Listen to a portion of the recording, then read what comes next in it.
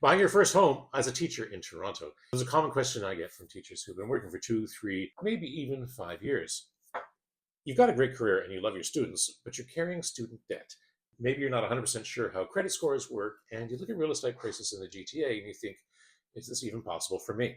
My father was a teacher. I saw the work that he brought home every night, and I know that when you're managing a classroom, you never know what energy the students are going to bring in that day, and it can be exhausting. The last thing you need is a bank that judges you or a mortgage process that adds more stress. You need a partner who's going to sit beside you and work through it with you. What I thought I would do today is something a little bit different. Whether you're with the TDSB, the Catholic Board, Peel, York Region, or anywhere in Ontario, really, I'm going to treat this like a lesson plan. We're going to look at the specific math of buying a home on a teacher's salary, how to automate your savings so you can focus on marking, and the exact steps to get from the classroom to the closing table. So step one, the down payment reality. Let's start with the hardest part, the down payment. This is where the uncertainty can set in. You have an amazing pension with the OTPP, but here's the hard truth. You cannot use your pension as a down payment. That is locked away. To buy a home, you need liquid cash. In the Greater Toronto Area, you need roughly $25,000 to $35,000 minimum to start, plus closing costs, which are typically 1% to 4% of the purchase price. I know that in the first few years of teaching, you are buried in work, so if you are still building your down payment, you need a plan that is plug and play, something you can set and forget. First, there's the FHSA, the First Home Savings Account. You can use this to create an automated budget. Money comes out of your account on payday before you even see it. It's tax deductible, which helps with your refund, and it grows tax-free. You set it, forget it, and let it build in the background while you focus on school. If you don't have someone to help you set this up, let me know. I can introduce you to a financial planner who specializes in this.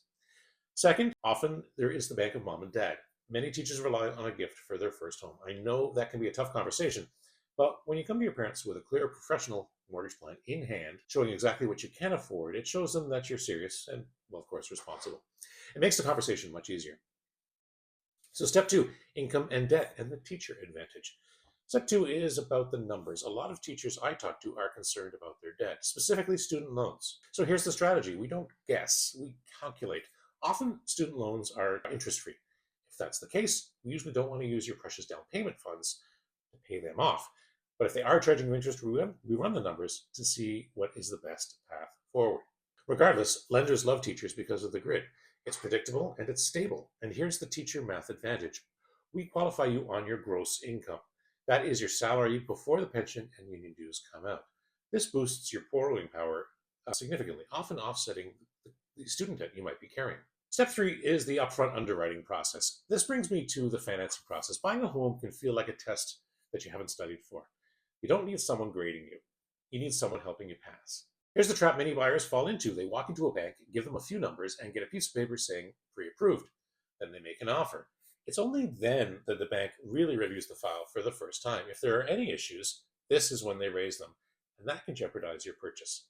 I don't do that. I underwrite files up front. So lenders don't look at your file until there's a live deal on the table.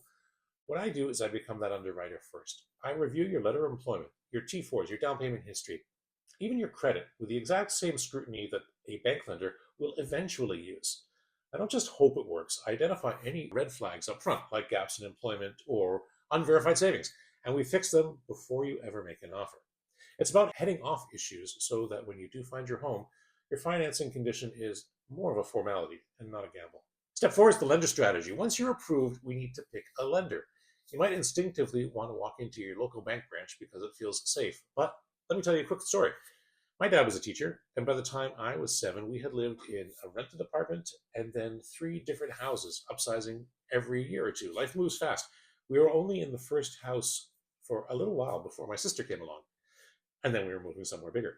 Banks charge penalties if you break, that is, if you pay off your mortgage early. And if he'd been hit with the standard bank penalties we see today, well, it would have really burned through our family equity.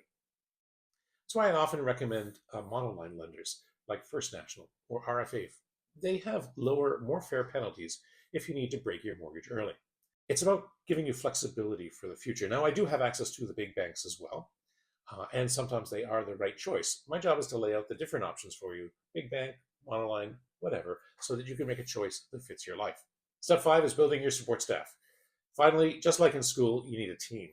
You rely on those senior teachers who show you the ropes in the first couple of years, and you need the same thing in real estate. You need a realtor who is patient, someone who will guide you to the safe areas of the city and won't rush you. And you need a lawyer to protect you. I can introduce you to vetted pros who specialize in working with first time homebuyers. So, in summary, the 5 step lesson plan: automate your liquidity, know your math, get underwritten upfront, choose flexibility, and build your team. You manage many students a day. You handle enough unpredictability. Your mortgage should be the one thing that you don't have to worry about. I work on your schedule. If you get through your marking at 8:30 on a Thursday night and you want to send me a question, I'm here. If you want to know where you stand, send me a message. I'll run the numbers for you. No cost, no stress, just a clear plan. Class dismissed.